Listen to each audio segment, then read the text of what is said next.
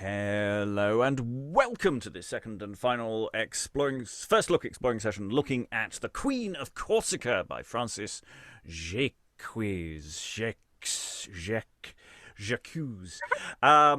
Is from 1642, is the manuscript. A difficult date to be working in the theatre, so there's no guarantee that this ever made it onto the stage or not.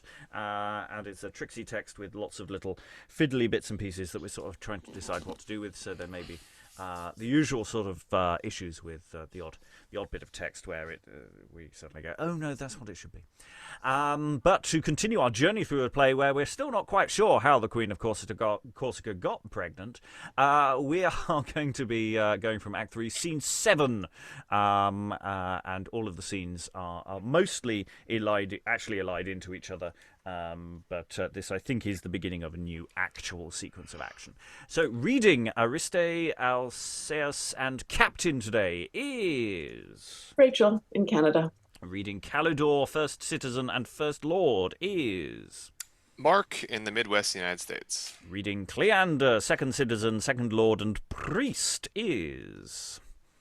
Hi, I'm Eric. I left my collar in my other suit. Reading Florimond, Diocles, and Messenger is... Connor in London.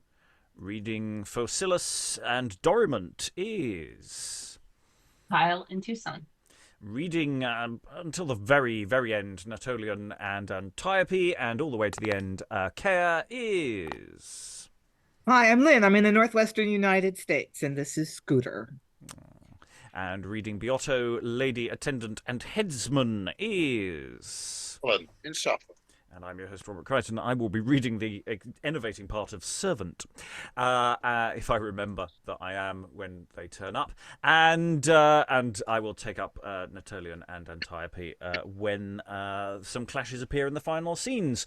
Otherwise, let us crack on with Act 3, Scene 7. So, soft music, tapers lighted as... if a bridal chamber. Enter Florimond and Calidor. Welcome so near thy joys. I'll bid good night. Yet give me leave to see thee laid abed, perhaps 'twill make me weep. Oh, pardon me, I do not envy thee, but that my heart might find some ease. Did ever bridegroom go so full of lead as I to meet his joys? Methinks the chamber should have mourned in black, and the sad owl have sung. The fatal bat should have put out the candles, and my foot mounted from a sad coffin to my bed, where I should have embraced a cold, cold carcass. Then it had been well. My wronged friends, what shall I do? Why, get a race of angels. Would I could as easily give my shape as I can do my life. Thou shouldst not lie with grief tonight, for I, methinks, do go to this strange thing as to a funeral. A shriek within. Ariste and Lady run over the stage in their actions, expressing fear. Hark! What's the matter? They enter again and say, the court is up at the noise, and in that perplexity run in and out. There's a strange noise, methinks, in the Queen's lodgings. Who waits within there? Act 3, Scene 8. Enter Ariste, Cleander, to Florimond and Calidor.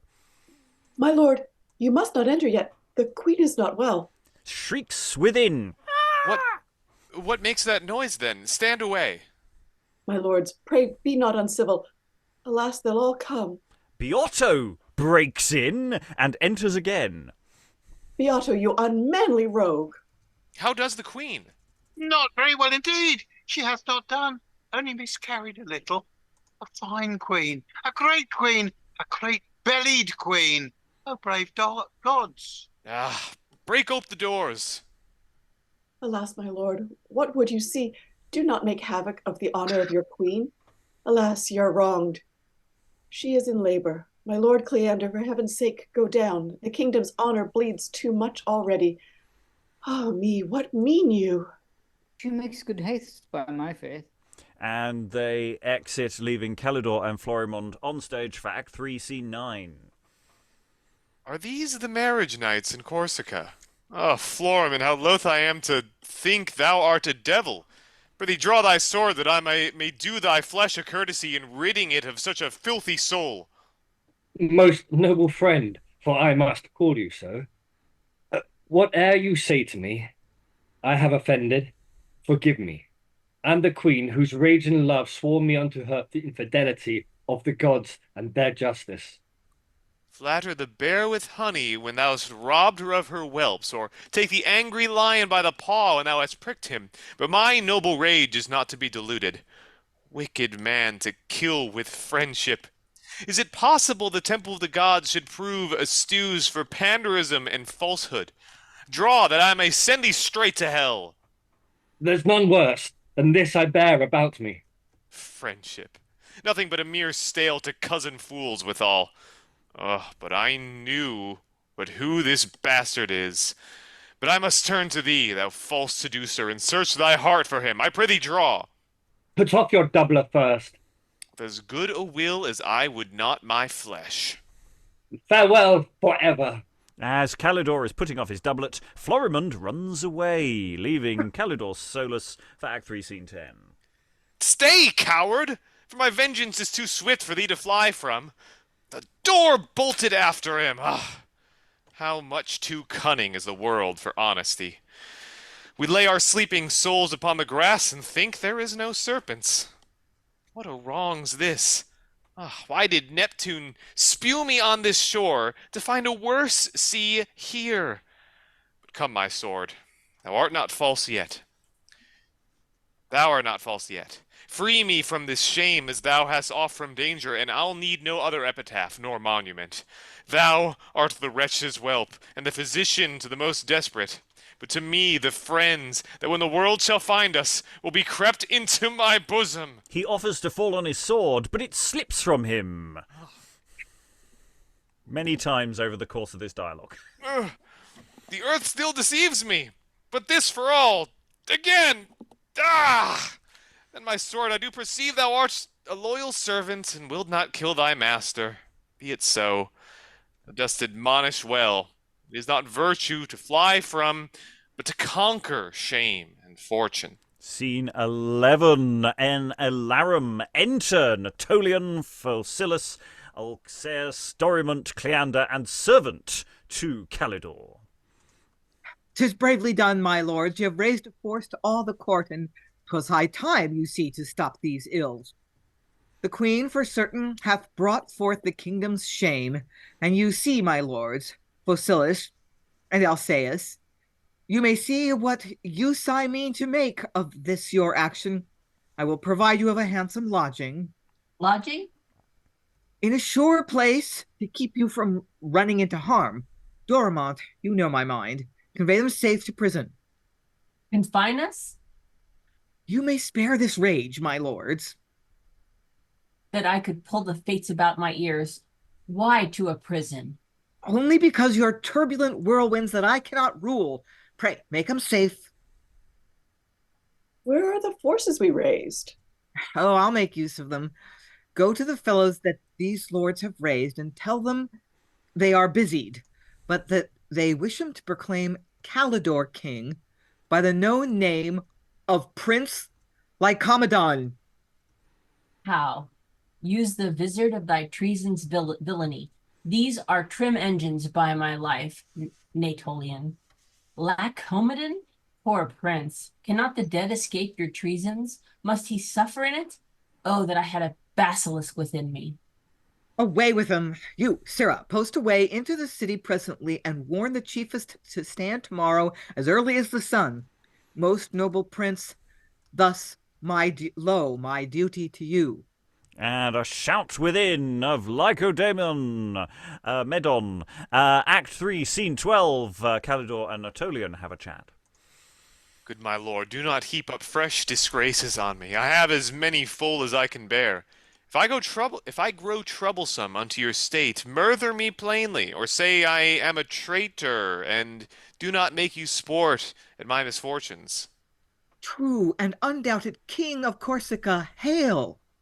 Do not make me mad. Do not, my lord. Although your queen was pleased to make me the great mirror of contempt, it was no will in me to be a king, which since I am in right of my sad wrong, you should remember some respect is due here. Sir, you are king in your own right, not hers, and you shall take it upon you. And lose my head. This is a piece of state indeed. Will you in?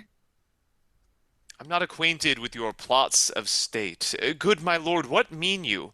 Your bare head is worse than insolence to me. Do not mock me. Have you no belief? I'll draw you hence.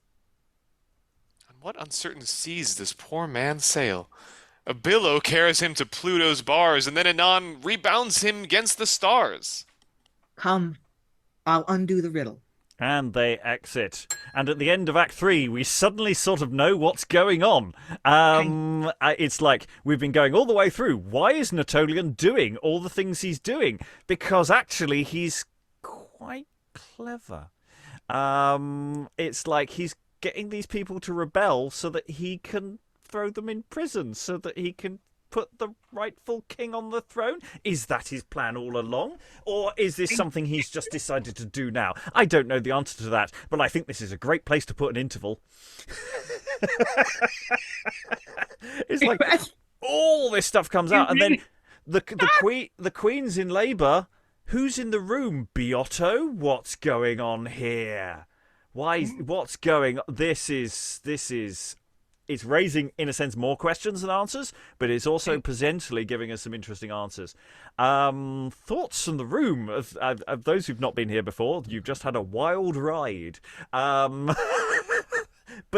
it's sort of starting to all coalesce and make some sort of sense, but in a very weird way. Lynn. Did I say yesterday that Calidor is the long lost brother king? Mm-hmm. Is that my prediction? Because I kind of changed my mind in the middle of the session. I thought, oh, maybe it's Florimond. That's why Natolion objects to their match, because they're brother and sister. So I was partly right. I'm really confused.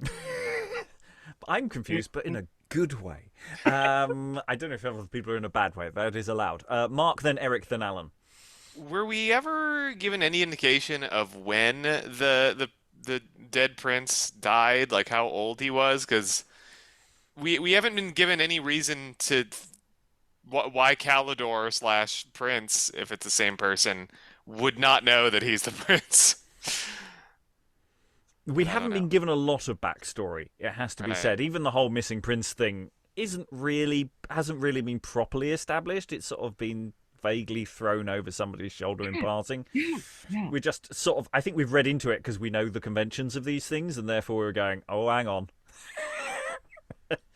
And the fact that Natolion, he hasn't done, I'll undo the riddle, so he's come back after Act 3, and he will explain in an info dump all of what's just going on here, because, so you have to come back after the interval. That's why I want the interval here. Because it's like, what's going on? I want the answers. I want to know why all this happened. Eric. I was just going to say that Calidor is ready to kill Florimond, and then Florimond goes, okay, take off your doublet or jacket or whatever you want. Doublet, it should have been doublet. There was a typo. Yeah, but that would be the modern equivalent of take off your jacket and then we can fight. And it's like, oh yeah, sure, okay. And then he runs off. So it's kind of like, this does not seem like a wise person to make a king. I don't know. Yeah, I mean, it's a really nice sort of Marx Brothers sort of dodge, isn't it? I did quite like that. But yes, the fact that Calidor has been, in a sense, is being publicly shamed here within the logic of his situation here. So it's like he's, though it does feel like quite a reversal for their friendship here in terms of the way it's gone. It's sort of, yeah. Anyway, Alan, and then I'll go back to Mark, I think. Yeah, I mean, coming back to what I was saying yesterday about TikTok, we now have the fast thing. With everybody running around like headless chickens. Yeah, but I'm not sure how farcical it's supposed to be in effect, actually. I mean, it was farcical partly because I was saying it in a slightly wry way. But I think it's a high moment of high tension actually to some of that, because it's like the Queen is literally giving birth next door, which raises all sorts of questions about the timeline of this play as well, because that creates all sorts of problems about how pregnant the Queen is supposed to be at any particular given moment. I'll come back to Alan in a moment. Mark. Yeah, so I guess Calidor seems to not have had any idea that the Queen was pregnant. No. And that's where his anger is coming from. Yeah, and so I guess he's supposed to assume that Beotto is the one who got her with child or something.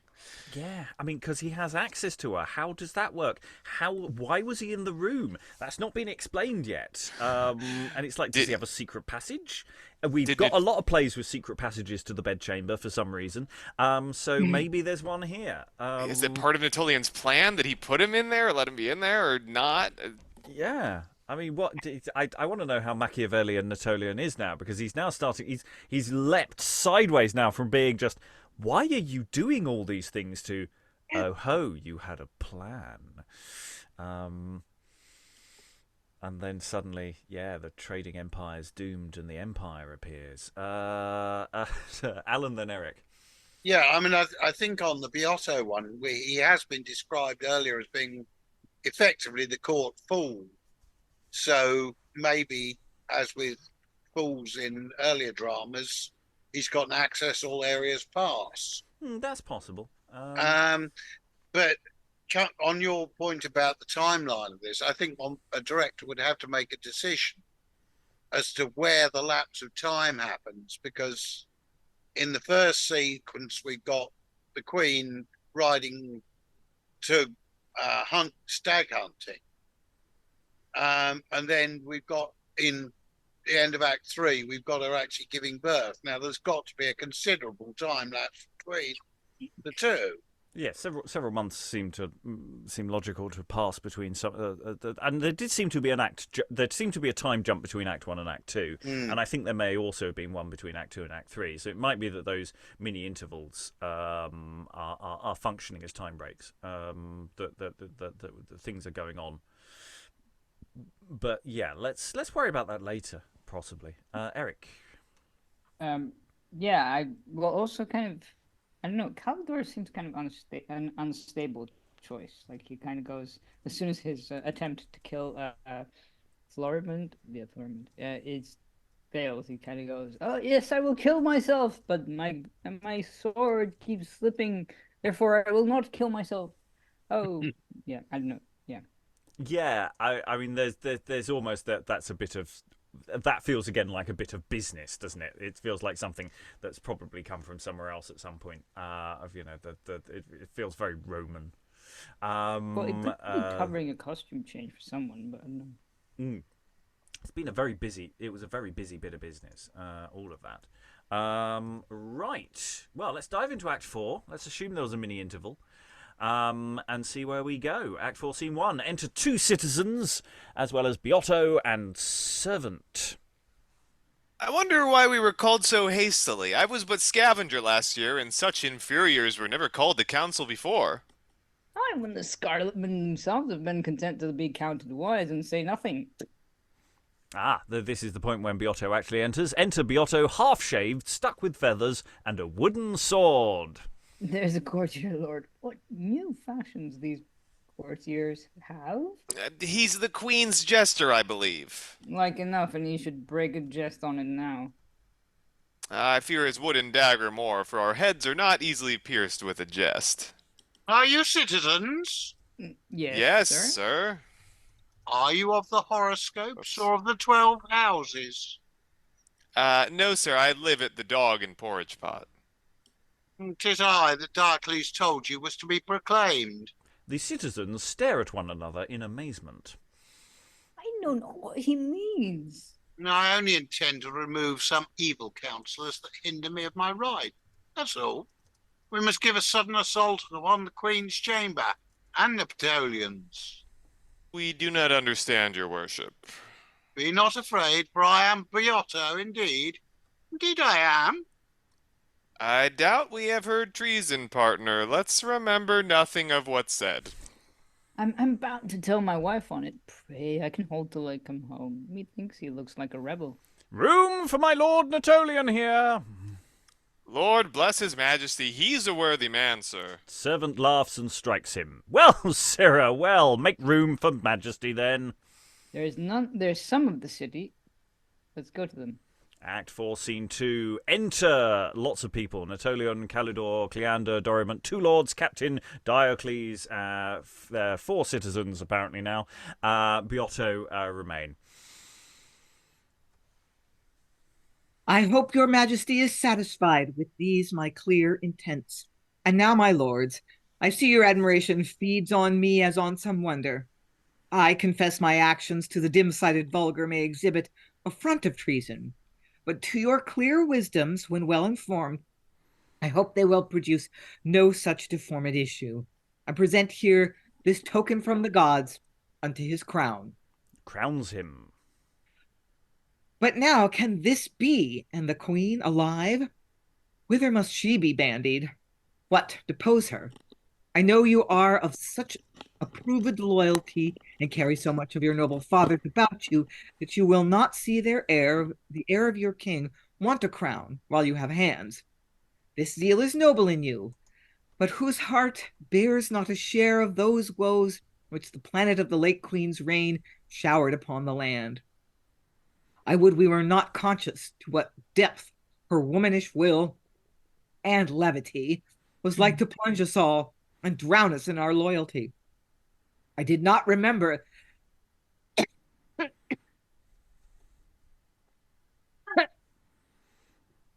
that she was the daughter of my master. Oh, my lords, when her follies are to be conceived, not uttered. But when I think how near she was to incest with this her princely brother, my head grows a 12-month elder.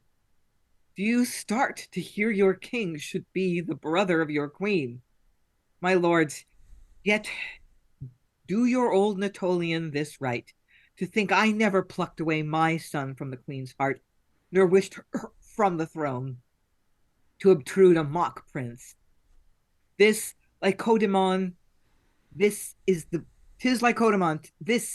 brave Lycodemon, the true diamond that I would put upon the kingdom's finger. Take wonder to your souls, till it consume this petty reasoning that would raise new doubts if you were capable of them. Let your voices carry his name to heaven to make a star of. Fie on this silence. I but crave your pardon, for 'tis no marvel if your joy be too big for an expression. Most heroic sir, take yourself to you, for now you are fenced with walls of loyalty, and every stone a champion for you. Hence, forward, the Calidor's name in the script is changed. Just a little note there. Except we changed it to Calidor just so as not to confuse everyone. But he'll be called Lycomedon for the rest of the play, and he gets to chat to the people. Can you tell me of a land where sorrow grows like weeds, and I may gather tears as morning dew, and I will thank you? Tell me of a land where widows, orphans, and forsaken men do want a king, and I will challenge it as heir apparent. Tell me of a land where tigers, bears, and panthers only dwell, and I will there be king. Their savage notes I will reform and teach them how to weep. But let me walk a Lazar through the world, and beg my bread ere with a kingdom's gain I procured here brother of a whore. Ah, gentlemen, give me not such alliance. First a queen, and then my wife, and now my sister, in all a cunning ruin to me.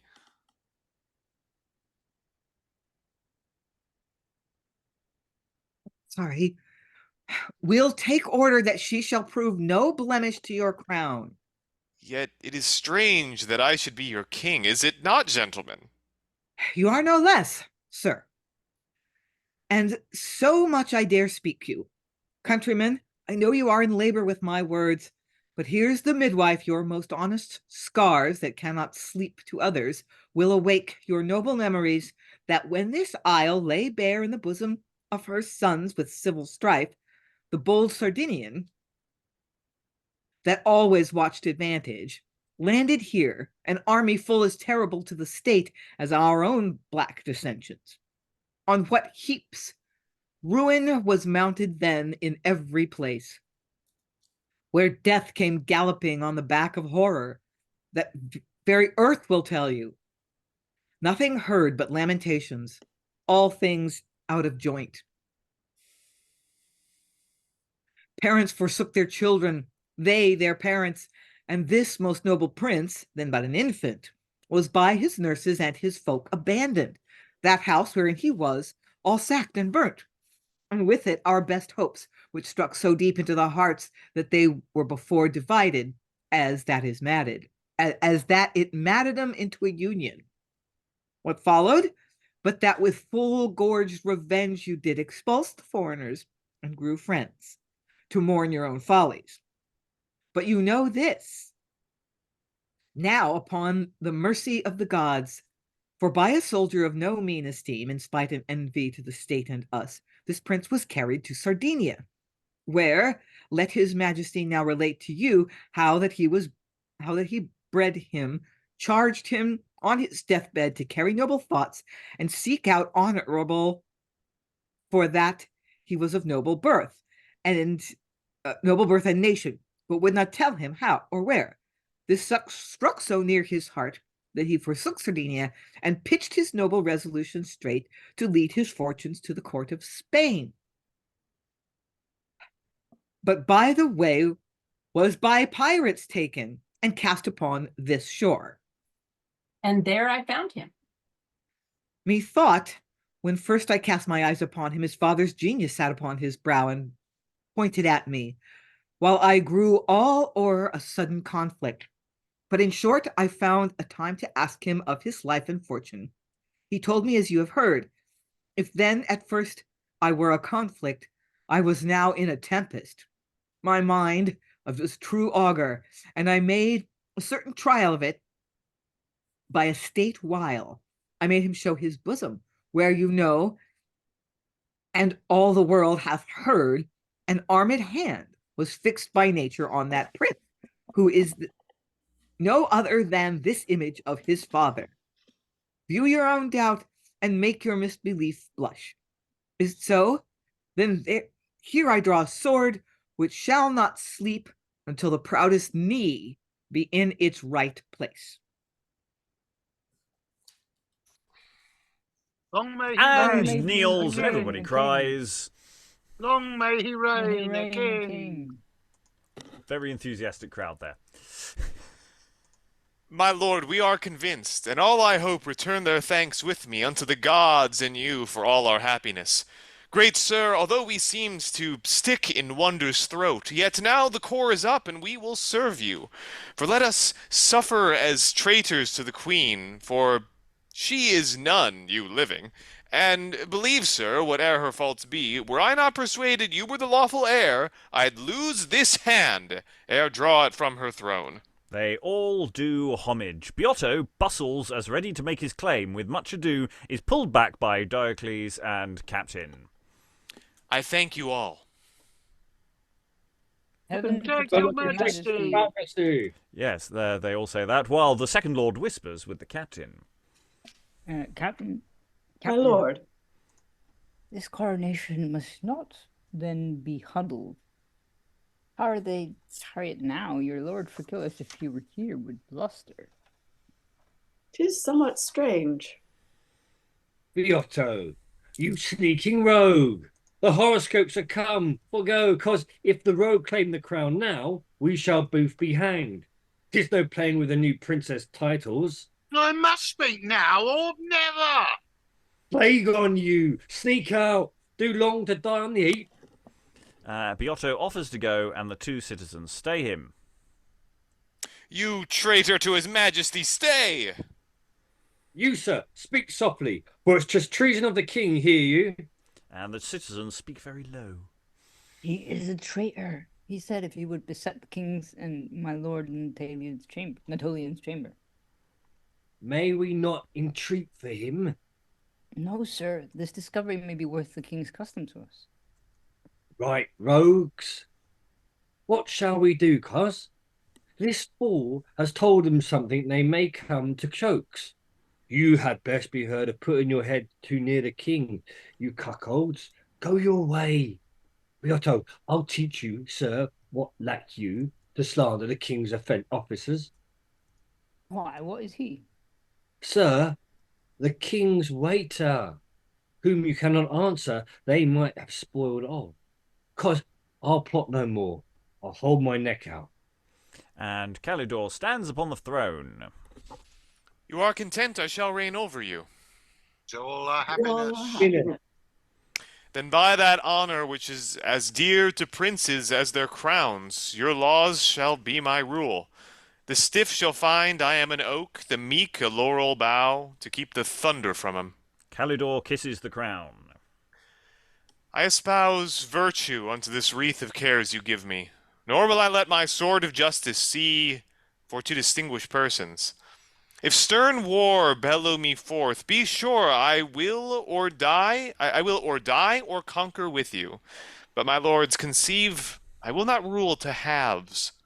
Therefore, you, my lord Natolian, though you are the Atlas that took me up and set me in this heaven, I must take order that you be secured. For when my sister ruled, you were the king. My lord, I feel that with imperial power, suspicion of a king's too crept into me, and former merits must not weigh with it. For though you now are firm, yet for some grudge you that have made me may unmake me too. You will not recompense my service thus. Is it not fit it should be so, my lord? I do appeal to your own politic principles. Convey him to the castle where he may be nobly used, and with all due observance, be sure from starting. Not a voice from heaven could come more welcome to me. It is my joy to see the king work in you. Gentlemen, be loyal to this brave and this royal young man, the hope of kingdoms, envy of your neighbors. For me, I could not do much good to you in council. I will not hurt you in my prayers. Rare example. Gentlemen, I have laid the touchstone so happily to your loves that I shall not need to fear your loyalties. But what you have begun, and I shall not fail to be what you would desire, a just prince. I return my thanks to the city, and for this time dismiss you. Heaven, Your Majesty. Majesty. Your Majesty. And they exit. Yes, this is definitely the first scene for the second half. There's a lot going on there. That's why I kind of wanted to run to actually get a full sweep of all the things going on, because there's a lot here. I mean, let's just start with the last thing that happened there, which is the new king goes, "You are the kingmaker. You're too powerful, and down with you." And Natolian says, "Great, you're a wise and clever king to get rid of the second most powerful person in the kingdom. Well done, you have passed the test." And it's like, God, Natolian is really, where is this guy coming from? He's fascinating. I love it. It's like he all the way through this play, he's been about what is the right thing you should be doing and the proper thing you should be doing, and not advancing social mobility in any way, shape or form. And he's got all these secrets, and it's like he's trying to manipulate everyone into doing the right thing, and it seems like it's working. I mean, it's a tragedy, so I assume it's all going to go horribly wrong and everyone's going to die, but there's something really interesting there. I mean, he could be lying, he could be going, "Oh, I've really misjudged this moment," and he's just playing it. So we haven't really figured out why he didn't want his son to marry the queen yet. So it seems like that was just down to just good, just politics. But Yeah. but he's had to denounce her for incest, and and it's an awkward place to be left, really, because it's like, I assume they haven't quite got the marriage annulled yet, and I'm sure it's only a paper marriage at this stage, but it's all a bit awkward, and it's all public. And in the midst of this, you got Beotto turning up, going, "I'm dressed, ready to be proclaimed," in his silly costume, and everyone's just going, "Shut up." It's a fascinating sweep of action. I'm fascinated by it, and I really enjoyed watching it, even though I was going, I don't know why anything's happening. And everyone's just making long speeches and doing exposition, but there's a lot interesting going on there. Thoughts in the room? Because I'm fascinated. Alan. Yeah, what struck me is that when there is fast dialogue going on, the words do seem to work quite nicely. Mm. But when he gets into these longer set speeches, they do seem to go a bit mushy.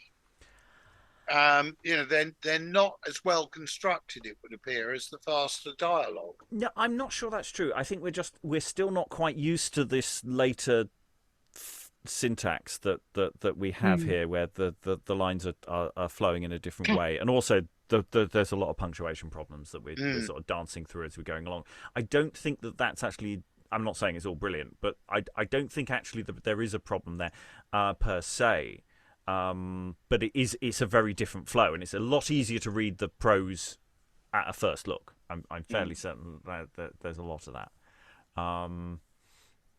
And certainly, yeah, though with some of the prose, precisely who's talking to who is confused, because there's an awful lot of "shh, don't tell him, don't say that out loud." Oh yes, we've written it, and that kind of stuff going on. Don't tell him, Pike. Yeah, it's quite difficult to unravel that.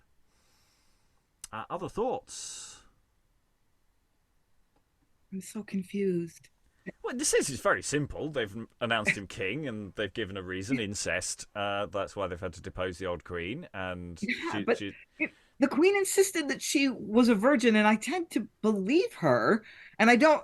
And the other thing, separate issue, is like, what are the citizens talking about earlier here? Oh. Well, what I like about the citizens is Natolian does his whole speech saying, "He is your new king," and everyone just goes, Nothing. No, okay, yeah. I'll explain more. And I really liked that moment. It's like he needs to explain to the people why this guy has to be king.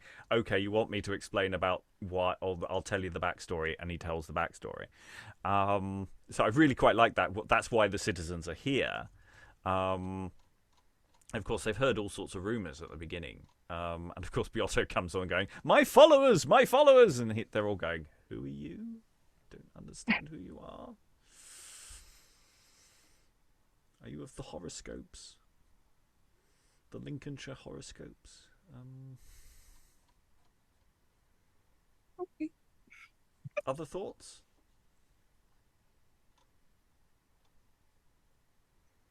I seem to be the only one enjoying this, so I'm just Bye, Rob. It's fine. I'm just Eric. Well, I think on stage you also have to make sure that you because it feels like three different groups of people. So you've got like the king and the king being Calidor / Ahmed and like his entourage. Then you've got the sort of the citizens and the lord and the captain, the lords and the captain, and then you've got the citizens and Beotto. So you kind of have to know where they are on stage and what they're doing, if there's any crosstalk, if it's just sort of, because visualizing it, I was kind of thinking that it's basically maybe not in a pub, but if you were doing this on stage, you would have three different groups of people, with maybe the sort of crowning happening in the background, and then sort of two groups at the front. I don't know, maybe this is Well, it's just a question of who is Calidor's power base, because it's like the people who found him have all been some of them have been bundled off to various people have been bundled off to prison, and he's just got rid of the Kingmaker, and it's like I'm not sure who's actually here to be in his court, as such. Mark. First Lord and all the other lords on stage who are like, yeah, sure, this sounds good. We didn't love the Queen, so I believe the story, so yeah.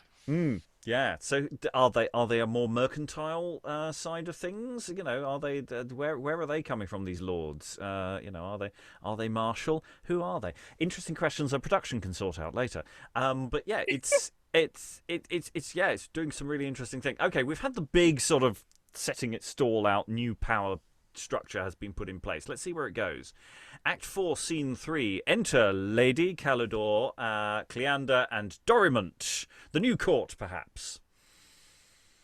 Please, your majesty, the late queen, your sister, in her weakness with one lady only, and her unfortunate babe, is privately in disguise stole away this last night and fled. This letter directed to the lords, I trust, will more fully satisfy your majesty. Lay not this injury to my charge, you gods, for I am innocent. For heaven's sake, sirs, go fetch this poor distressed creature back, for she was once a queen. She is my sister, howe'er she sinned. Cleander reads the letter. My lords, I am so equally placed betwixt pity and shame that I hope I shall not draw much from either. But if it is lawful for me to use the sacred names of the deities, I call them all to witness I was never acquainted with the carnal act of man, howe'er they have dealt with me, which yet was no warrant for you to depose me. But I have time enough to grieve without calling my injuries to mind yet. The gods forgive them of whom I have not deserved thus much. My kingdom I leave to my brother, if he be so. My shame I take along with me, and Ariste, who of so many thousands hath remained loyal to her most... my shame I take along with me, and Ariste, who of so many thousands hath remained loyal to her most unfortunate mistress, the neglected Achaea. How? That again. Never knew man. You gods, you have new-born me to a land of woe, and swathe me now in wonders. Never knew man. My lords, it cannot be. I think so, Lord. Perhaps the deity of a holy stream, or Bacchus, as he once deceived Origone, might do this to her. Good my lords, employ your diligent enquiry. I do fear we wrong the gods in this. I go, my lord. Did ever woman take this oath before? 'Tis past belief. My sweetest sister, welcome. What, in a flood? Oh, do not bring my joy thus dressed in tears. Thy eyes are rich enough without these pearls. Why weepest thou? I have grieved enough for our unhappy sister's fault. Let not these envious drops bar me thy sight, for I'm thy brother. Act 4, Scene 4. Enter to Calidor, Antiope, Phocillus, Cleander, attendants. Antiope and Phocillus kneel. Phocillus' sword is all bloody. Be one to me then, sir. Not on your knees, O sister. Lower, sir, to gain a life that I have long brought up, a playfellow with my own, and now they're married. This noble lord, by me, would beg your pardon. Look on him, sir, and you'll discover something that is not used to crave. His sword has got an ill complexion. 'Tis not murther. If it be, you have mercy, sir, enough. It was his chance to kill Alceus. He did it bravely. Natolion was the cause, who was pulling them both into a room, forgot that fire and water were not something mortal enemies. Ah, sister, is it for this your eyes do melt in tears? Rise, rise, and take my love. By this chaste kiss, there's nothing in my power thou mayst not have. Behold, I give and my takes off his signet, and gives it her. Behold, I give my signet from my hand in token of my love. But this same lord is rash and desperate. Revenge, which is passion in others, is in him the soul. It is not in my power to pardon him. Do you not, sir, be cruel? I cannot pardon him. We that are kings must give the law his rights, even to a brother. And you know that duels by it are justly punished with death. Alas, how can I grant it?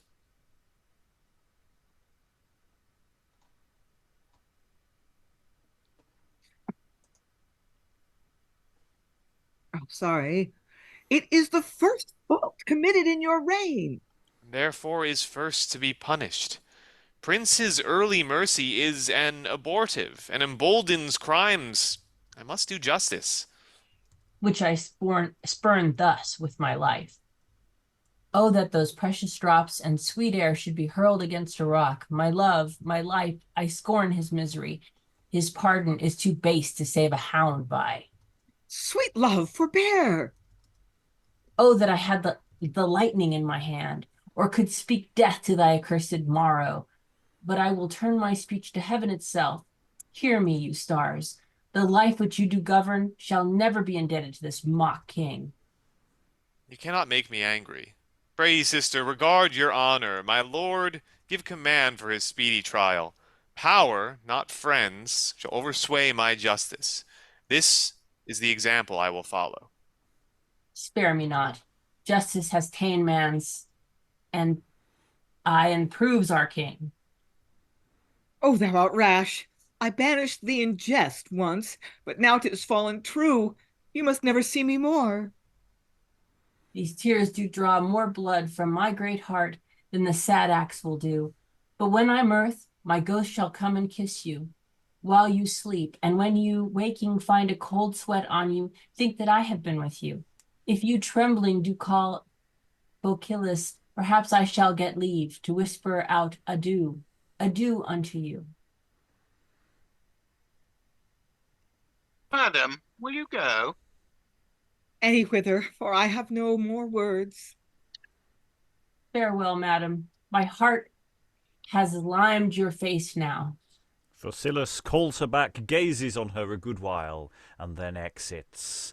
And that's the end of that confusing scene. So, offstage death again has occurred. It's like, yeah, that was a little disappointing for me. I've been very much going with a lot of the plot movements here, but that felt like if you're gonna stab someone, just do it on stage. Let's see this stuff. We had the setup earlier for this. We did have a bit of a fight scene, and then they shook hands and all was fine. And then it feels like a waste, or unless it's not true. I don't know. Could be a gambit. Could be alive and well and plotting their cunning return to power.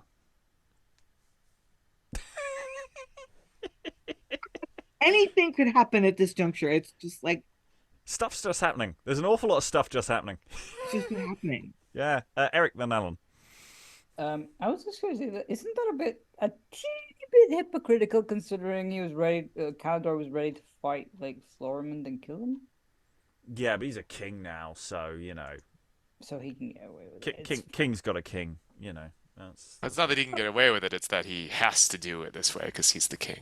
Yeah, you know, that's what happens. Yeah. Alan. Stagehands on strike, so nobody to mop the floor after the murders. Yeah, it is easier to kill everyone in the final act because then you can do it once the audience have gone. It's just so much more straightforward. Though, of course, you do have the issue if you've got a jig afterwards, then the health and safety nightmare that is trying to get the floor dry before people start moving across it. Lynn. I don't actually think his execution of Phocillus is for dealing as hypocritical. I think he wanted to kill his false friend, and then he tried to kill himself. I think he would have been perfectly happy to accept execution as the result of dueling with Florimond. So it's like, I'm going to kill you in a duel, and then I don't care what happens to me because I've been so humiliated. So he's like a man of great principle. Yeah. Okay. The Kyle.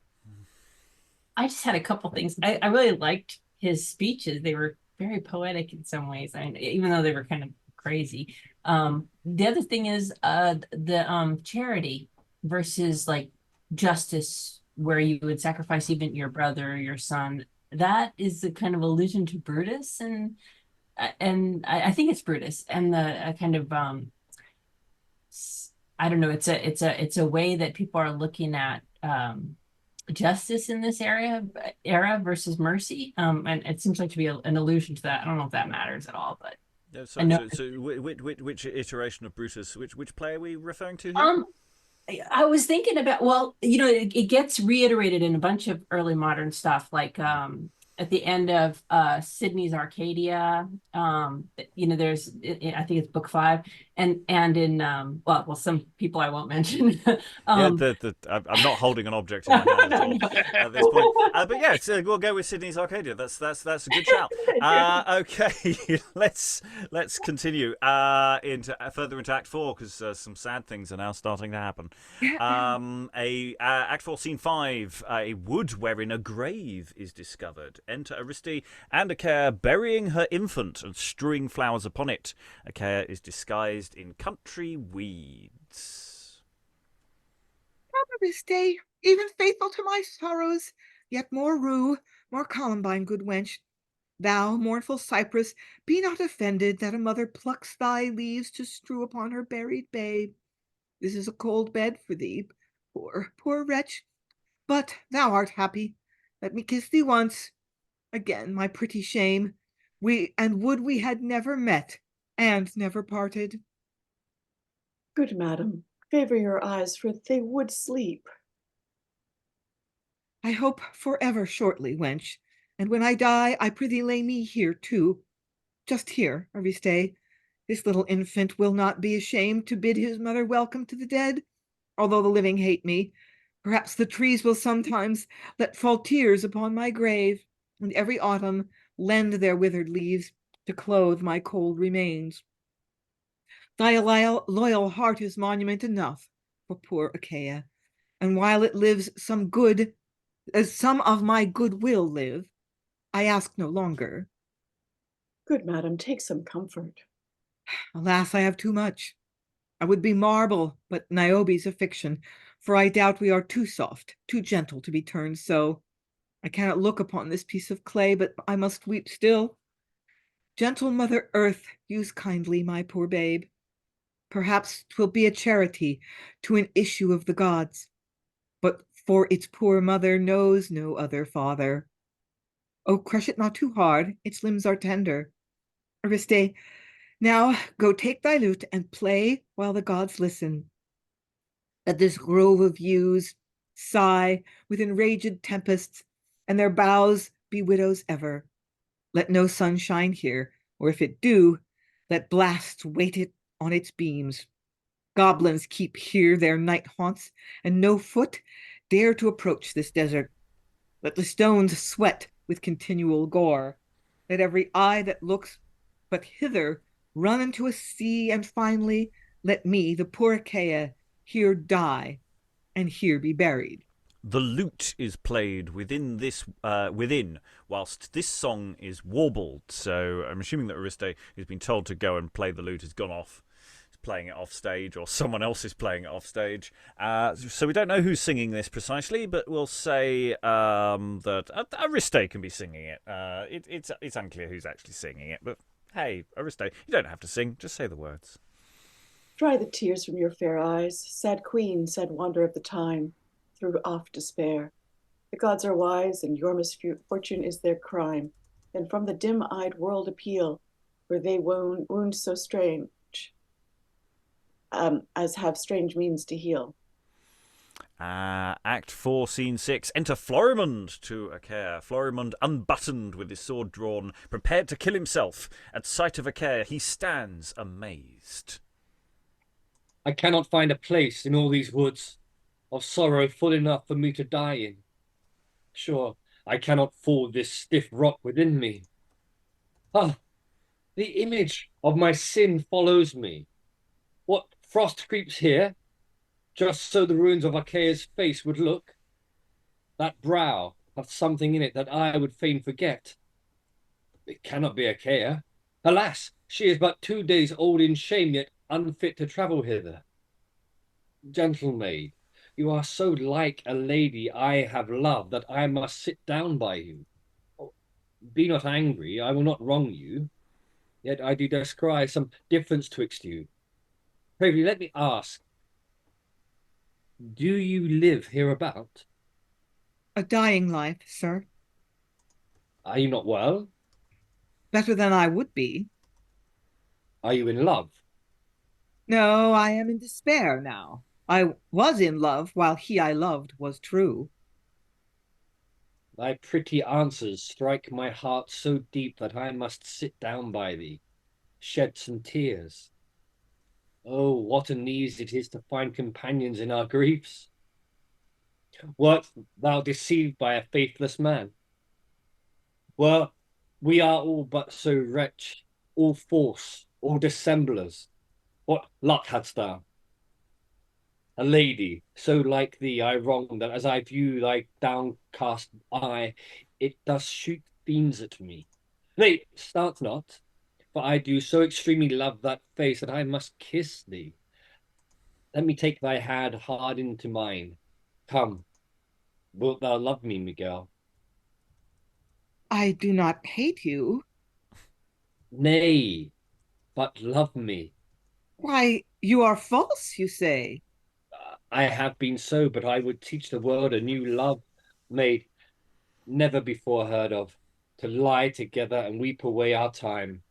We would beget whole years of sorrows and make this shade our heir. Methought I heard you say you wronged a lady. I would not, sir, be rude, but I beseech you to let me hear her name.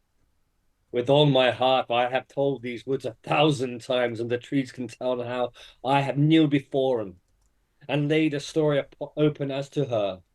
And if thou wilt but sit and play her part, I will relate a tale will call the blood into thy cheeks again, and make thee angry. Whom must I play? The Queen. The Queen? How wronged you her? Here. I am ready. And Florimond kneels down before Achaea.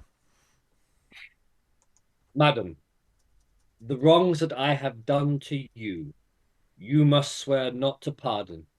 You must promise to curse me everlastingly, and that's too little too. You must, or else I dare not part with so much poison from my breast for fear of wanting torments. My soul trembles to think upon those favors I abused.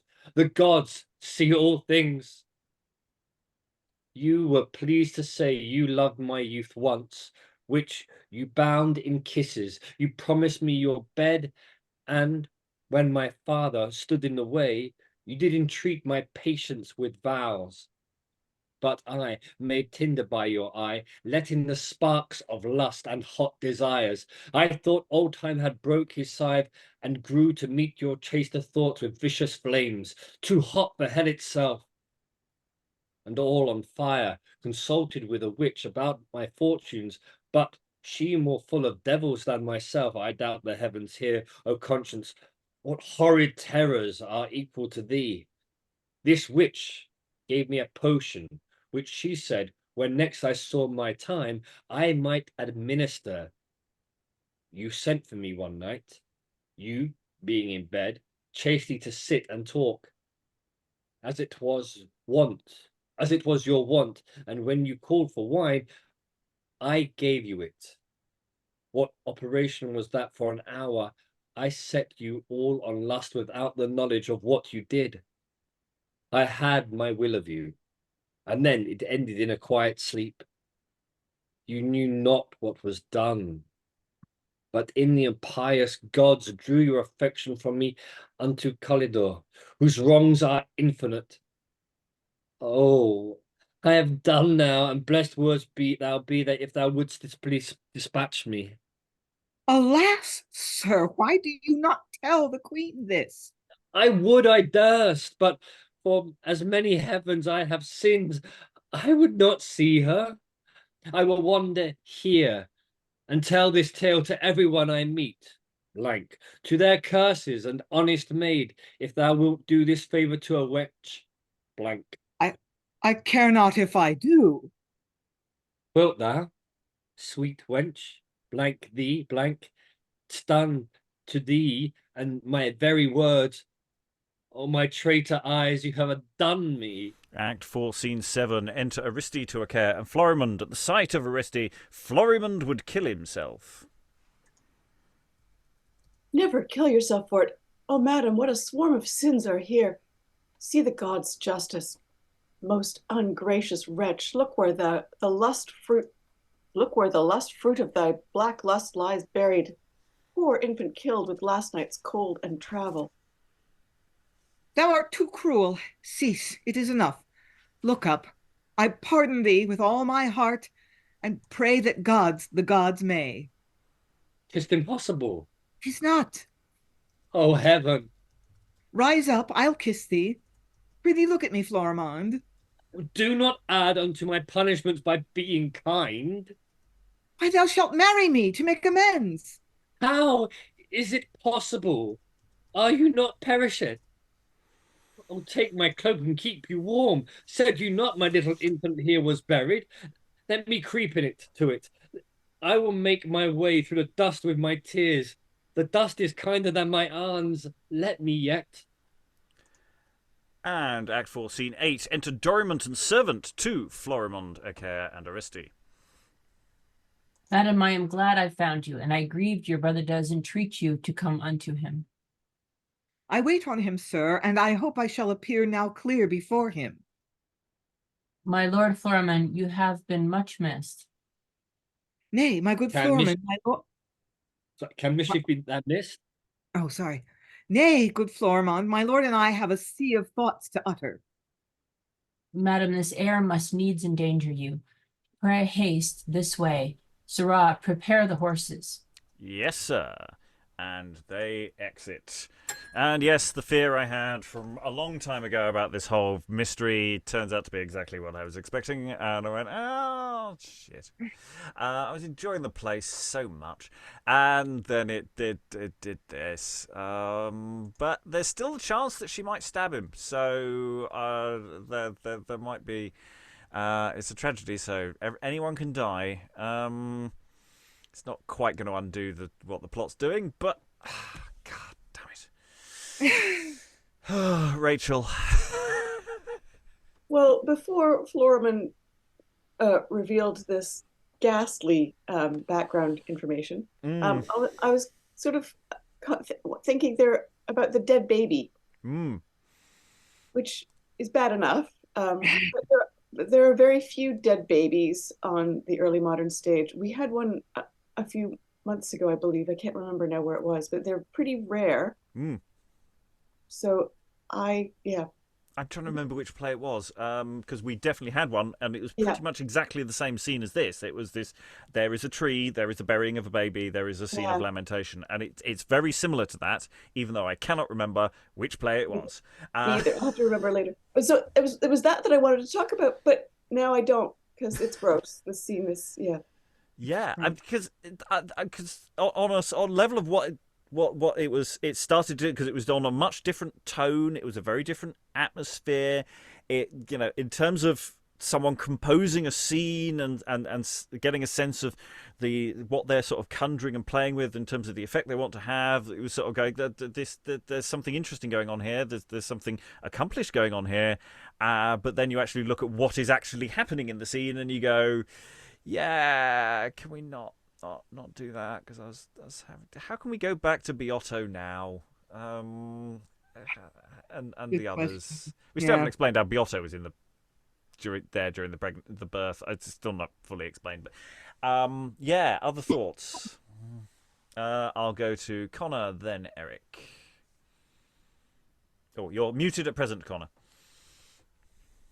Wasn't it Bloody Banquet? Was that? Yes, it was. It was Bloody Banquet. It reminded me exactly the same thing. I was like, oh, dead baby. How do we deal with that? We had a whole conversation about how to portray that, and very weird. That was not very nice, was it? I was looking at it, I think, oh, this is quite a nice chunk. Then the bombshell of I drugged you and raped you. How nice. Yeah, I mean, yes. As an actor, having to get you read that text and actually get, oh no, this is what I'm saying. Oh God, it's a journey. It's a journey. It's the risk we always do by these cold reads as well, especially with a play like this where we have no data on it at all. It's usually, if it's a play we know and goes in this sort of direction in advance. I sort of suspected it. Eric and then Mark. See, I was going to mention the other one, which is the tragedy of Emperor Alphonsus, where you get a baby killed on stage. I think like snapped his head off or something, or like neck snapped, which is completely different. But that's the one I was thinking of. Of course, that one's a lot that had a different context and it's doing very different things. So yeah, I'm just now wondering if you should make a collection of like dead baby plays or something, which sounds really wrong, but also kind of. It sounds like a thing you'd do in the 90s, to be honest. I think the cultural moment for that has passed. Moving swiftly on, Mark, and then Lynn, and then we'll enter Act 5. Yeah, I was gonna say, reading Florimond yesterday in the first half, and there's that scene where she tells him when she's going through like 3 different reasons she can't marry him, and one of them is, I'm pregnant. And yeah, me reading it, I'm interpreting it as, and he's presenting it as like that he's such a good guy because like he's like, I don't care how or why you're pregnant, I still want to marry you. And it's like, boy does the looking back on that scene completely different. And as a production issue, in addition to would anyone want to do this play now, depending on where it goes, especially as a production issue, it's like, what do you do in that scene? Like, do you telegraph that he's maybe not the best guy, or do you make it a surprise? Yeah. I mean, in a sense, I'm surprised, but I'm also really not surprised. And it's this question of actually what your audience expectation here for this is. Lynn.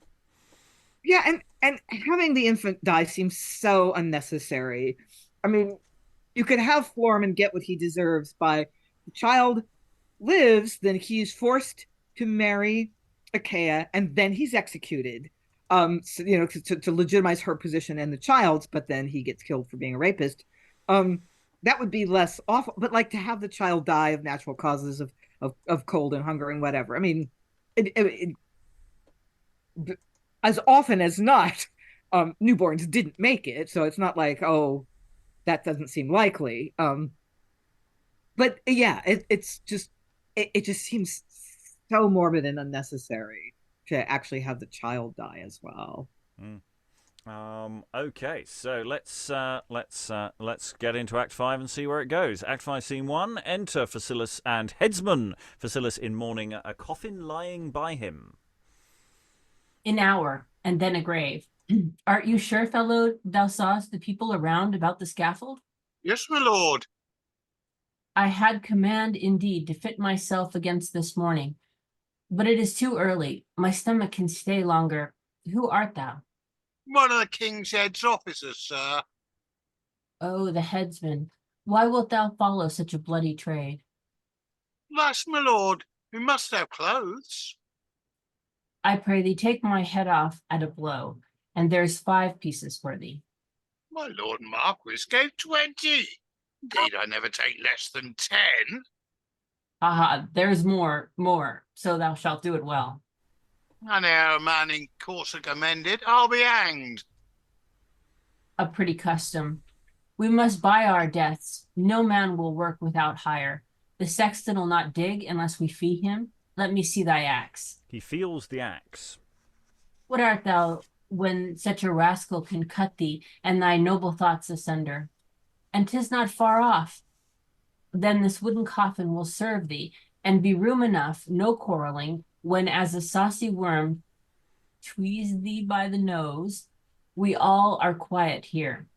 Oh, that we should act such brave things to have so poor an exit. Yet hither we must come. I pray thee, fellow, pull off the lid. I'll try how I can endure to lie in such a thing. I warn you, my lord. I'll teach you that. I can make endure cold or anything. Sir, leave your prat. This little hour of mine's worth all my life. We that are noble born must in the case make sport, or for rogue and hangman. But see you use me like a nobleman. I find no horror here, but all at peace. Yet I am sad. We all can scorn this death until he comes. Lay on the lid. 'Tis well. Phocillus lies in the coffin. Hangman covers him and exits, ? After a while, Phocillus puts by the lid. Down the sad mold will come tumbling on me. and ghastly scalps rattle about my ears. Who would be proud then of a clod of earth? What's valor? Or to talk big to the wind, since when we die we fall but into dust, and in an age forgotten. Phocillus goes in. Fact 5, Scene 2. Enter Antiope and Captain. Dead already? Phocillus rises from the coffin. Madam Faith, this kindly done of you, to give a visit to a dead man thus? I bring thy safety with me. O Phocillus, how many Hellesponts of tears hast thou swum o'er into my soul? I felt thee struggle, just as I would have slept, and cry for help, and love hath given it me. I bring thee life. Even on the block we love to feed ourselves. What flattering hope, with flattering hope. But all its doors to me are shut up by the rigor of your brother. I am at peace, and lead my passions bound. You shall not see me rage. I dally not. Yon powers remember lovers. Hast thou heard my sister's unexampled story told? 'Tis a strange maze. But Florimond this morning, to take off from her wrongs, does marry her. The holy priest is ready, and the king with all solemnities dishonor them. Hence springs our hopes. Thou knowest, on festivals, it is the use to pardon malefactors. The color's good, and then remember, love, my brother gave this signet from his hand when he denied my suit. With it, I've sealed a warrant for thy delivery. Thou mayest in disguise get into Italy, and I this night will follow. Oh, my soul. Be wise, and let me stop thy mouth. The jailer does make no scruple on it. Kisses him. Where shall I fly? Italy, I say. Captain, thou art faithful. Hark thee. Whispers. I warrant your lordship. The time favors us. You shall see, I'll work. I must attend the nuptials. Sweet Phocillus, linger not here about thy ruin still. I go, but leave my heart. For you to bring along the king's a shadow. And they exit. Act 5, Scene 3, soft music. Hymen's image discovered upon an altar. The priest goes up. Then follow Florimond and Achaea hand in hand, garlands upon their heads. The king and lords, 2 by 2, following. Enter, etc. Lots and lots of people. You polluted pair, draw near, and fill your hearts with holy fear. Look not up with eyes obscene, till matrimony make you clean. And son, I do advise you this, that tears purge your foul amiss, your soul amiss, I think. So to the altar come, and lay your sacred vows up. Humbly pray the shriek owl and the raven fell be not heard this day to tell wicked omens in the night, nor the pallid ghosts affright. The priest presents them. Holy Hymen, wilt thou deign to renew this thy shrine again in this woman, and perform them both with graces to consume the seeds of stranger lusts?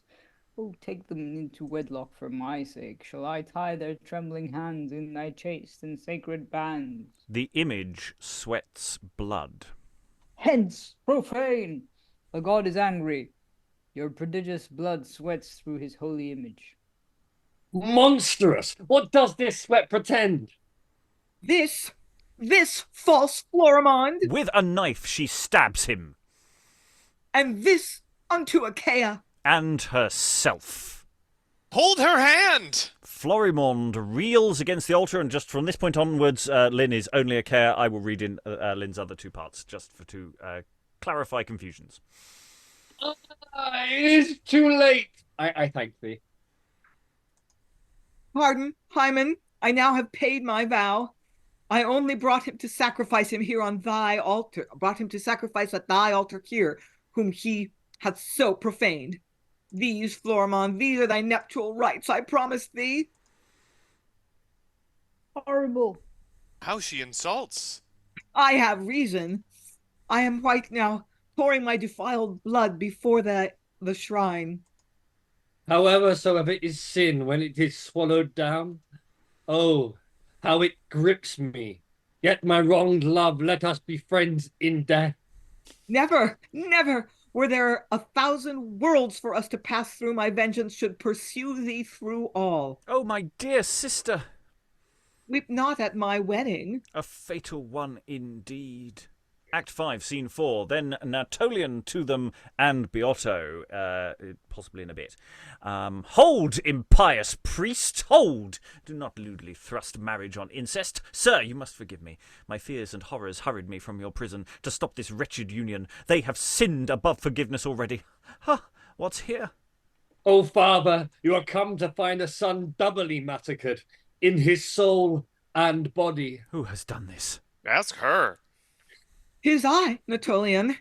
Is not brave revenge on him that butchered my sleeping honor, but I shall not joy long. It was a noble stroke, for thou hast killed half an incestuous brother.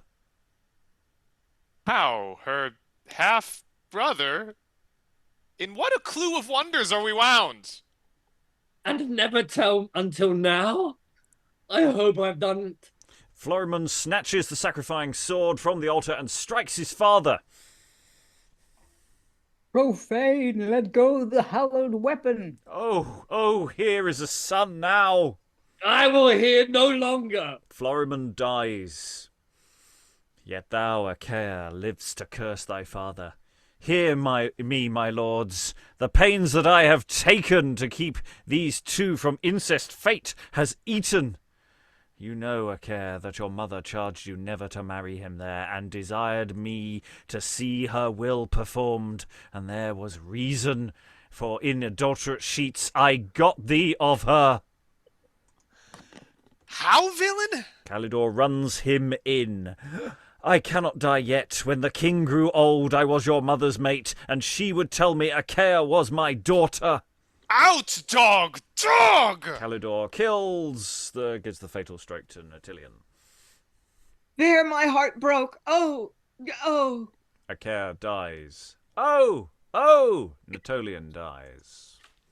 Why, what a litter of bastards are we all. Ugh, I could but follow with my sword. But damned fate, the friends of bawds and villains, denies me it. My lords, who bears a weapon and does not kill me? He does not say you are his son, my lord. But I'm my mother's, and she was a...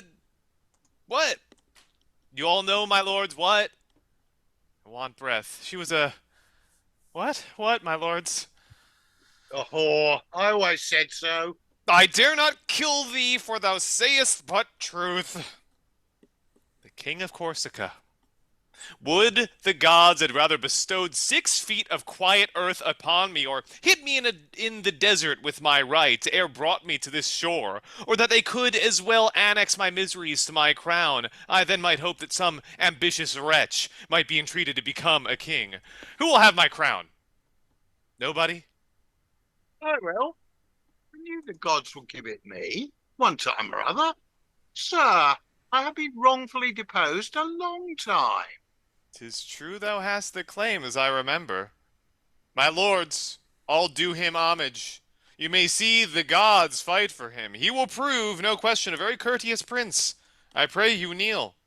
And the king, Calidor, kneels to Beotto. Priests, prithee kneel too. They all do. We'll make bold with Hymen. I'll part with all my cares. Calidor sets the crown on Beotto's head. And, honest friend, a sword hangs over thee now, and at thy feet 1,000 treasons wait. Look that thy dreams be as troublesome as thy office. Look that thou suffer suspicion for to gnaw thy soul. Look that thou tremble wheresoe'er thou goest, and still meet troubles. These the glorious lives are of pompous majesty. Alas, poor prince. What a beast is passion! Hence, you fool! Crowns are not molded for such beetle heads! Calidor strikes the crown from Beotto his head. My lords, why will you let me lose myself? Take him away and thrust him from my sight. Away, away, sirrah. I am to blame, for such a fever boils my poison heart that I lose the remembrance of what I am. Ah, what a load of sorrows a man can bear before they kill him! Enter messenger. Haste, my lords, haste. Phocillus has broken prison, and with a crown of rudden knights has won the inner court, giving out that he will reprieve the land from tyranny and usurpation. Oh, me, unhappy.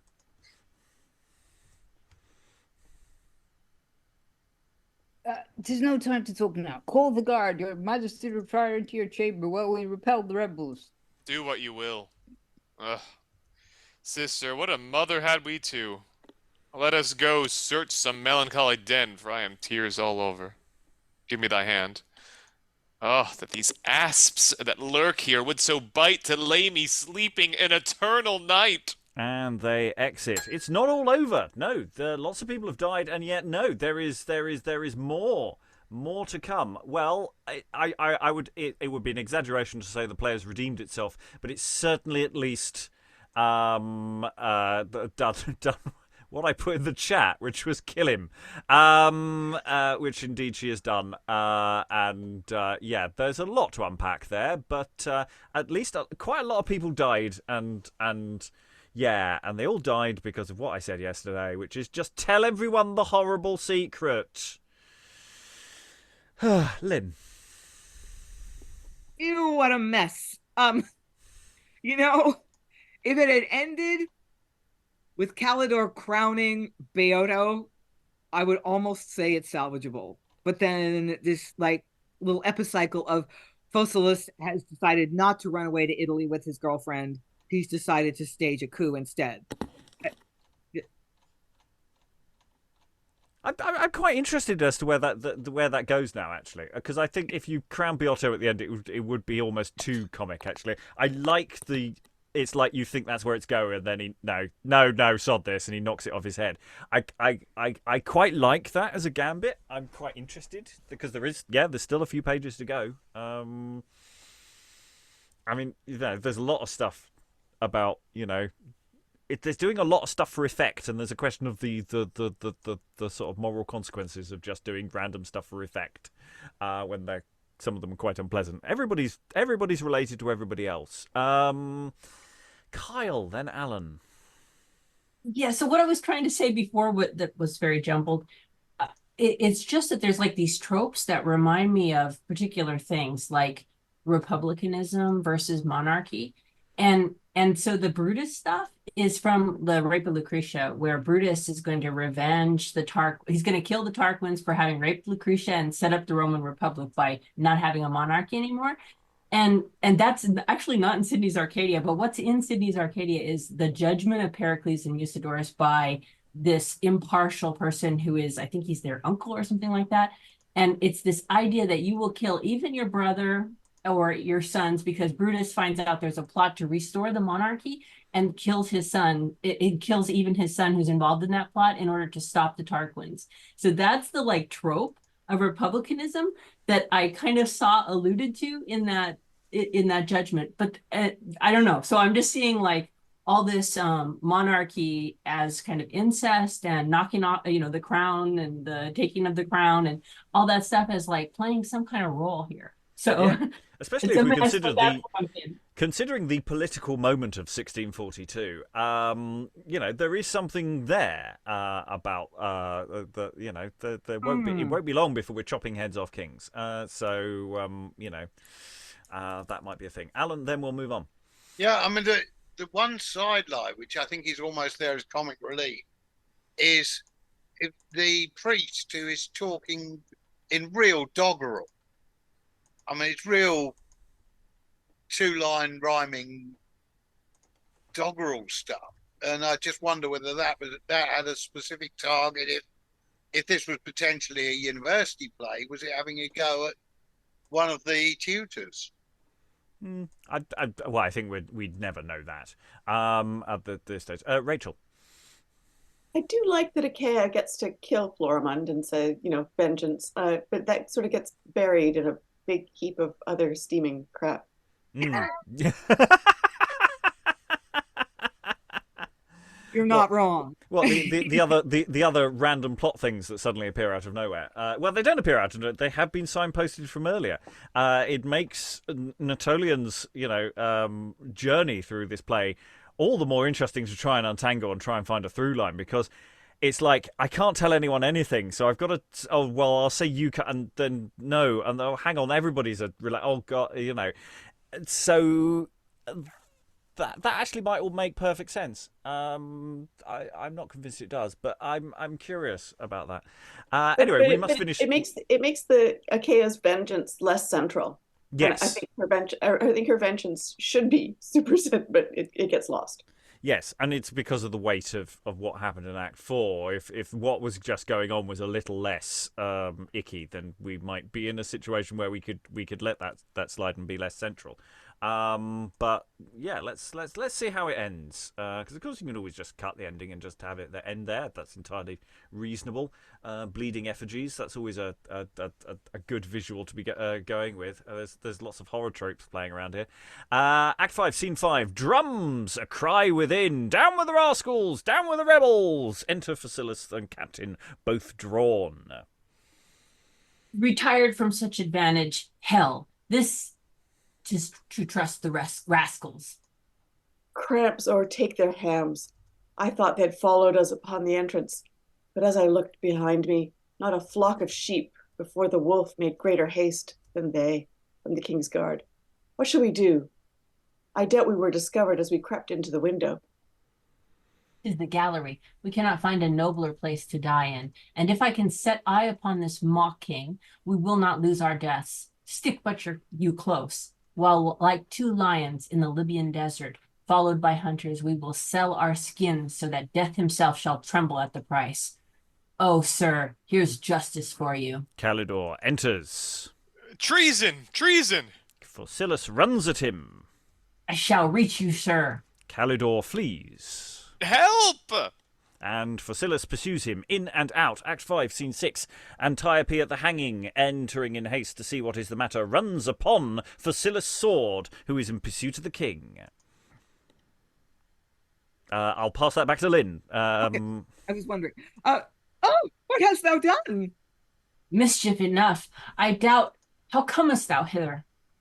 Oh, I am heavy. Let me leave a kiss behind me. Thou hast done me a great kindness. Do not teach the air these sad sounds. Thou canst not leave the world so soon. Look up a little. Thou art much to blame. But I forgive thee. Welcome, sweet sleep. Adieu. Oh, let my sighs break day from thy fair eyes. Antiope, one word more, although it be a curse. Oh. Fate, comets, hell, night, and what's horrid, tremble at my deed, till you shake nature and fright up the sea into the eyes of heaven to lend 'em tears. Oh, my dead love, thou didst deserve much better. But who can blot decrees out?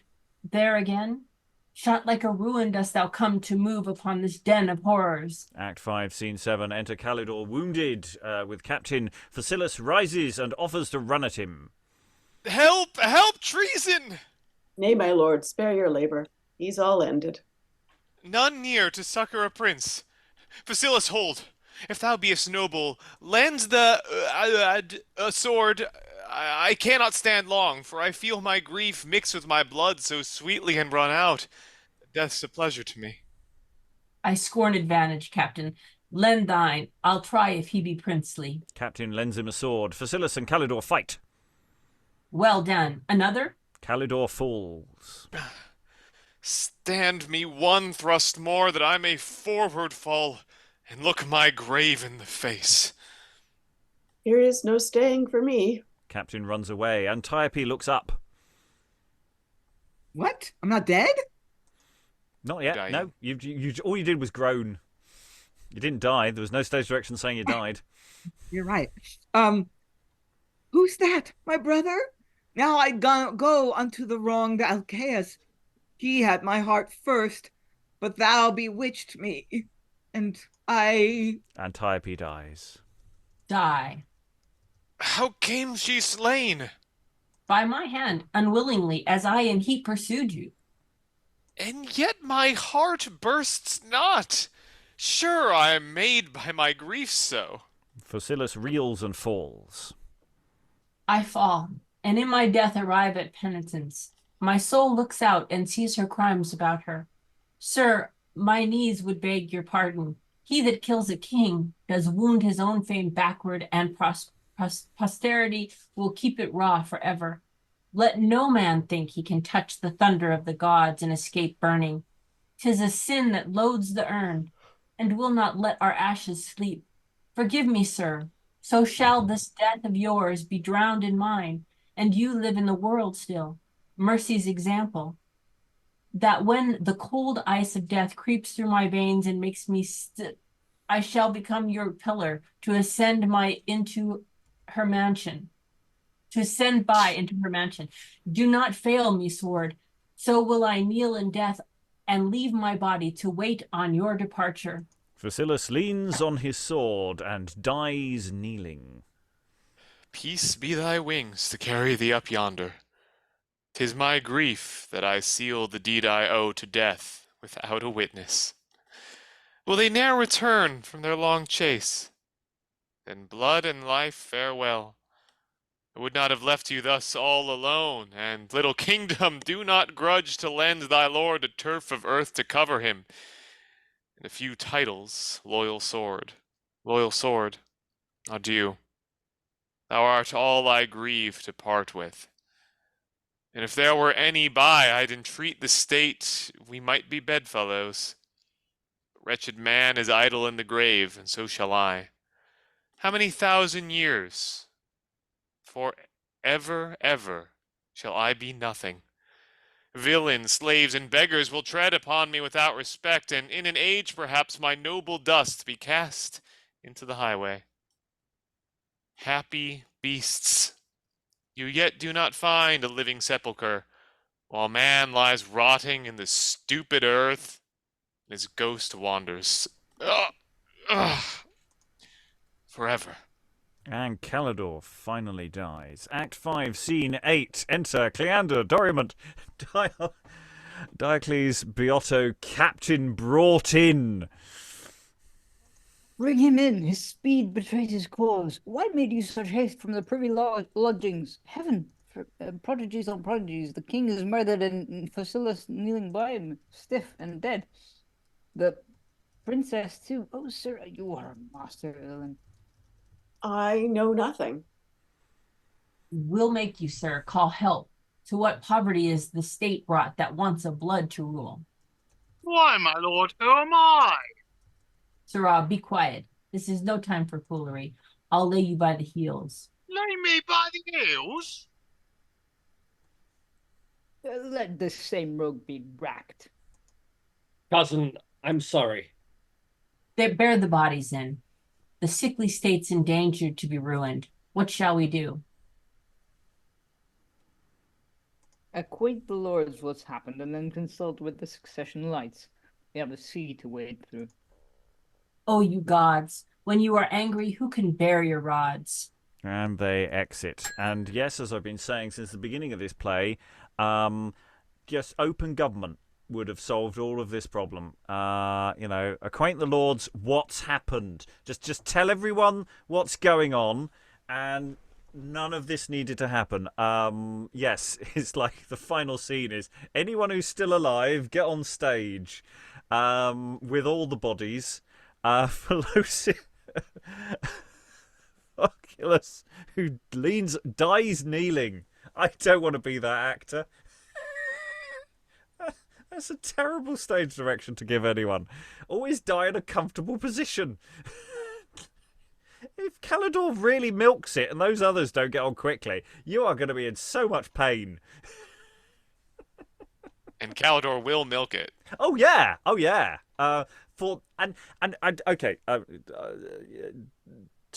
Putting aside the obvious big problem that is introduced in Act 4, one of the big structural things I've got is, who is Calidor?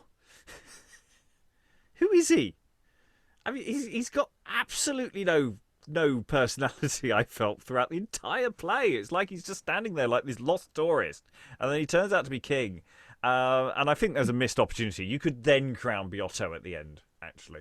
It's like, after this farce, who is fit to be ruler It's the guy Yeah. wearing the feather boas and with half his beard shaved off, because frankly, that's who you deserve. Actually, that's who everybody in this play deserves. Yeah, Alan. Or Beotto, on the basis of who else is stupid enough to want to try and rule this den of vipers. Well, all the royal blood are dead. I mean, Yeah. I don't think there's anyone left. I mean, that last scene wiped out the sister and the in-laws. Then yeah, they're all gone now. They've wiped out the entire royal court. That's And I'm not convinced that the like a maiden naming of Calidor is actually legitimate. I have a feeling that Natolion is basically just using him as a pawn. Give him a convenient backstory which fits somewhere with the mythology, and go with it. no. I think it fits within the terrible bind he's in from the beginning. I think that sort of it does sort of fit. You could go there, but then you'd have to do an awful lot of work to work with that. But yeah, I mean, yeah, because it's I mean, it's all there. It all, you could see that the guy sat down and plotted this out and decided to do it this way. It's not like he just threw some things in randomly. It's all meshed together. Actually, it all makes, even though the motivations are flip-flopping all over the place during the course of the play, actually nobody's actually completely off point. Yeah.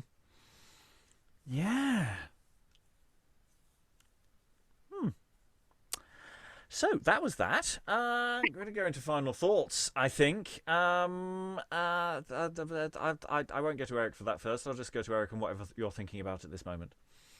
Yeah, no, I was just gonna say that, like, I think it just blew your mind because based on your reaction, you just look like, I don't really know what to do with this.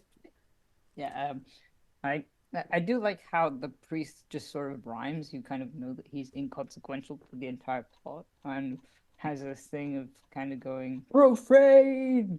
I kind of feel like you should have him at the beginning to people walking in, just like scaring them as they take their seats. Profane, just because I know it's fun.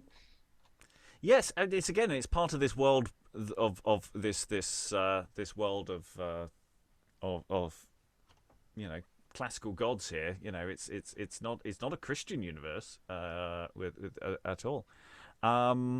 Yeah, I no. If it wasn't for the basic problem of what's introduced in Act 4, even though we saw it coming, because otherwise I could just let this run as a romp and I wouldn't care. I'd be perfectly happy. But suddenly that raises the stakes to a text that doesn't do stakes. It doesn't know what to do with stakes, and so that final scene of Act 4 kind of scuppers everything. Because otherwise, I really enjoyed this. It was bonkers, and we have all these runaround things, and she stabs him at the end. Great, I loved that she stabbed him at the end. But I just wish the what he'd done was just slightly easier to deal with, because this play doesn't know how to deal with that, and that's the fundamental problem. I'm trying to think of another route through that we could deal with, and I can't think of one at this point. So that's sort of where my final thought is stuck, is that, the weight of the play does not match the weight of what it's doing with its plot. I'd be perfectly happy with the stupidness of everything if it wasn't for that. Pretty much that one scene, actually. So we'll go around the room for final thoughts and express anything on that as we go. Mark, any final thoughts? Yeah, on a similar note, like it's an interesting acting experience, all of Calidor's stuff in the last couple acts, where it's just like, really? Come on. Like, it's funny to a point, but yeah, it doesn't really, yeah, the weight of the big plot point earlier in the second half makes it complicated to try to like get much joy out of the out of all that. Yes, because we were finding lots of really nice lines of dialogue, some really nice written sections, not perfect by any stretch of the imagination, but plenty to do stuff with. And that sort of just derails it, which is very frustrating. Lynn, any final thoughts? Well,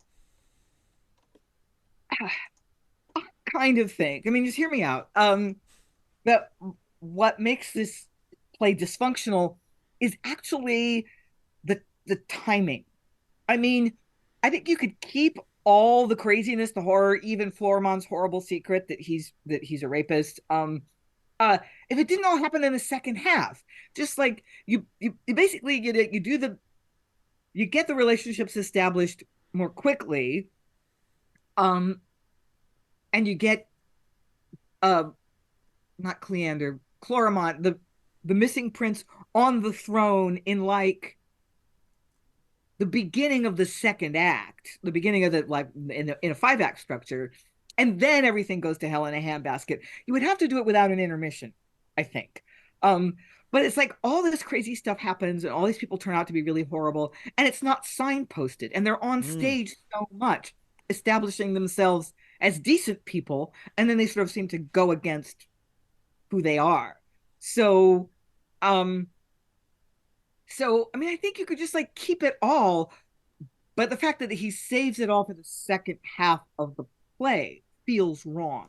And I wonder if it would work better if things just started falling apart, half an hour into or 20 minutes into the performance rather than halfway through. I mean, the problem with that is that, in a sense, it's all about the surprise of the second half. The second half is about surprise, about revelations. That's sort of how it's structured. The problem is the first half isn't tonally the same as at all. They are such totally different universes. The first half was really quite fun. It bounced along. There was sort of going, we know where this is going, and most of the time we were vaguely right. Lynn, you were right in the end. Yes, he also was. Yeah. I mean, everybody's related to everybody. The missing prince thing is a romance trope. We've seen that a million times before. It's almost like you need some dark force to cross the stage during the interval and send it in that other direction, because I say it's like there's just it's about effect. It's about saying to an audience discovering this thing and going, oh my god, and that's what it's constantly striving to do, is all those switcheroos, which is a very popular thing by this point, to the point where it's just throwing switcheroos in for the sake of switcheroos. Alan, any final thoughts? Yeah, I mean, what strikes me thinking about the thing as a whole is it fundamentally seems to be working far more with the Greek mythology than any form of Christian ethic. And I just wonder, because, I mean, we've seen behaviour as bad as this in, certainly in the age plays, and all of the innumerable other retellings of assorted Greek myths, and a dysfunctional ruling family, of which Jove is probably the best example. It's another example of sort of othering and distancing of this kind of wicked place. So it's it's either in a classical universe or it's in a foreign court who are probably papists. So it's sort of like it's one of those distancing others that you can do and say, hey, it's not like us English people. We are all good Protestants. Rah rah rah. So there is that kind of logic going on there. Connor, any final thoughts? Well, that was surprising, wasn't it? Yeah, weird one. I think there's a reason why it's never been performed, really. It could be because of what it is. It's very, as you're saying, tonally so different between the first and the second act. But we were talking about how we set Revenge's tragedy the other day. I think this one should be really set in the big top, and it's. But when you get clowns can make people really uncomfortable in some way. Like this play and these characters should somehow start making people feel really uncomfortable throughout the first half, till we get to the second half with the big reveals and the audience like, oh my God, everyone is just, everyone has the ick kind of thing. But yeah, very strange. But as you said, there's some really nice parts. There's some nice language and dialogue in there. It's just a strange thing. Yes, it reminded me because going to an exhibition about cute as a concept is that rather than the big top, but that they're all plushies and they're all these really cute animals, and it's all lovely and fluffy, and then it just turns darker and wronger as it ends. Yeah, they could all be like furries or something. These kind Yeah. of weird kind of that's quite cute, but quite like disturbing about furries as well. And yeah, they really do become these kind of base animals. I don't know. Could be an idea. We might be clutching at straws, but hey, let's keep clutching. Eric, you weren't here for the first half. Any final thoughts? No, I was just gonna suggest it's kind of like Happy Tree Friends, where they're all kind of cute and adorable, but then they just gouge each other's eyes out and explode all over the place. Yeah. Except they don't sexually assault each other. I think I don't know. I mean, in the animation, not in this. Yeah, it's more like Charlie Unicorn stuff. Yeah, I don't know. It's interesting as a play, but I don't know if I would perform it as it is. Well, I mean, there's we were talking about fairy tales, and I was thinking, well, it's basically Sleeping Beauty, in parts here. So I'm just wondering if there's that element as well that can be done something with. I am clutching at straws. You can ignore me. Sorry, I cut you off, Eric. No, I mean, I'm just thinking why the title The Queen of Corsica, because clearly she doesn't do much queening around, and sort of given the political context of the time. I mean, back then, not now.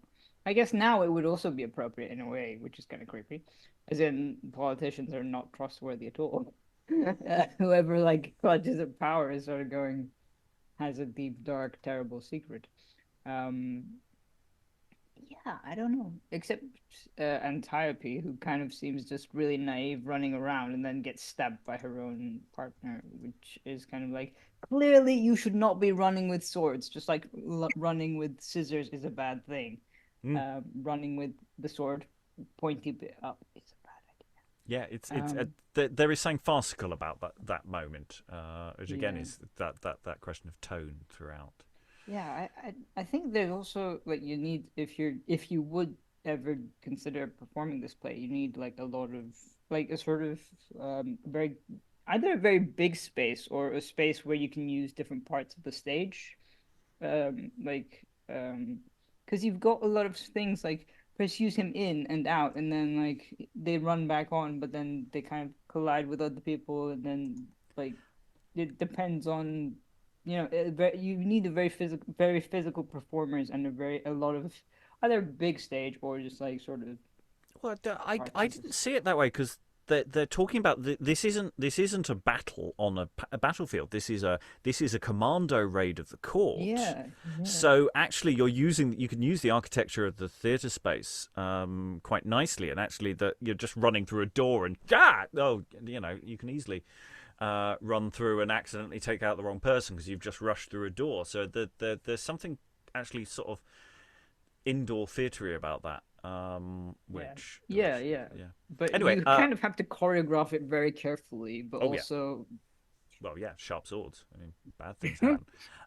Kyle, you also were not here for the first session, so yeah.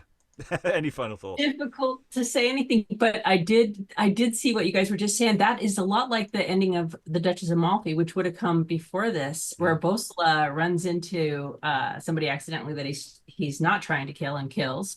In fact, someone he's trying to support, and he says something like, "This is just like what happens in a play." So it must be some kind of something that's happening a lot, that phenomena. But yeah, I mean, I feel like ideologically it's all over the place, so I can't get a purchase on it. The bleeding statues, the wandering spirits, is it Catholic or is that being lampooned? I mean, it's just, it feels like such a mess to me, but it could be, like you said, I wasn't here for the first 3 acts, but I did like the language. I did like Oh, I think it is a mess. I mean, let's. I mean, it's a mess with intent. I think the playwright has an understanding of structure, understanding the kind of story he's trying to tell, and has some ideas about what it's about in a sort of underlying level. But I don't think has quite fully managed to marshal all those things together. So it makes sense as a play, but it also isn't very coherent as a play. And I think that's sort of, it can be both at the same time. Rachel, any final thoughts? Yeah, I'm still trying to figure out what Corsica, my bad, represents in the early modern English imaginary. And I wonder what the source for this was. It's fascinating and complicated. But my other thing is, what's the captain doing? I don't get the point of the captain. Additional body. Yeah. to do some stuff. Why is he running away and only to be captured at the end? He doesn't contribute much. Well, because he comes in as part of the comic subplot, he's presumably not very good.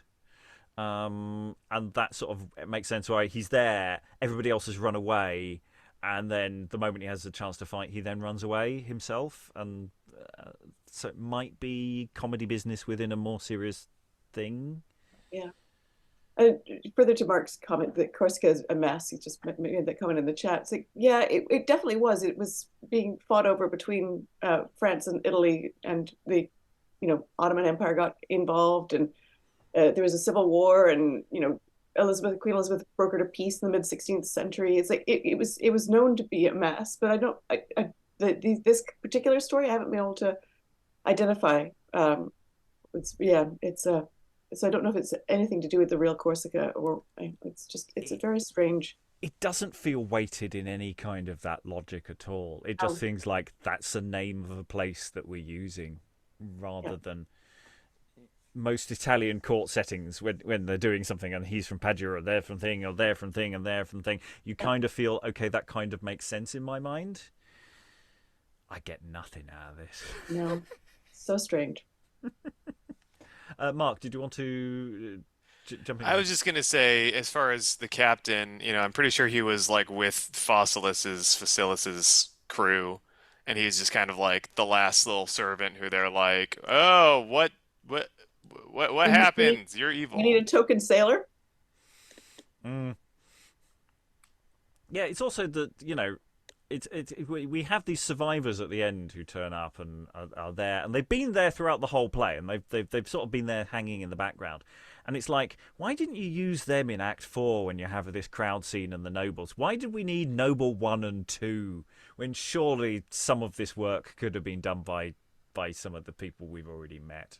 I mean, that's a minor dramaturgical thing I tweak, very minor tweak that I do. While trying to decide what to do with the rest of it. Well, the time will come for this play. It will. We're doing them all somehow. So this one might fall. I think it falls somewhere in between. Heavily signposted as to what you're getting in the second half for those worried, who would be seriously triggered by what happens in Act 4. It could be done, but I wouldn't do it as a popular favourite. Or as an educational vehicle to discuss some of the themes and ideas and what's going on with plays at that particular period in time.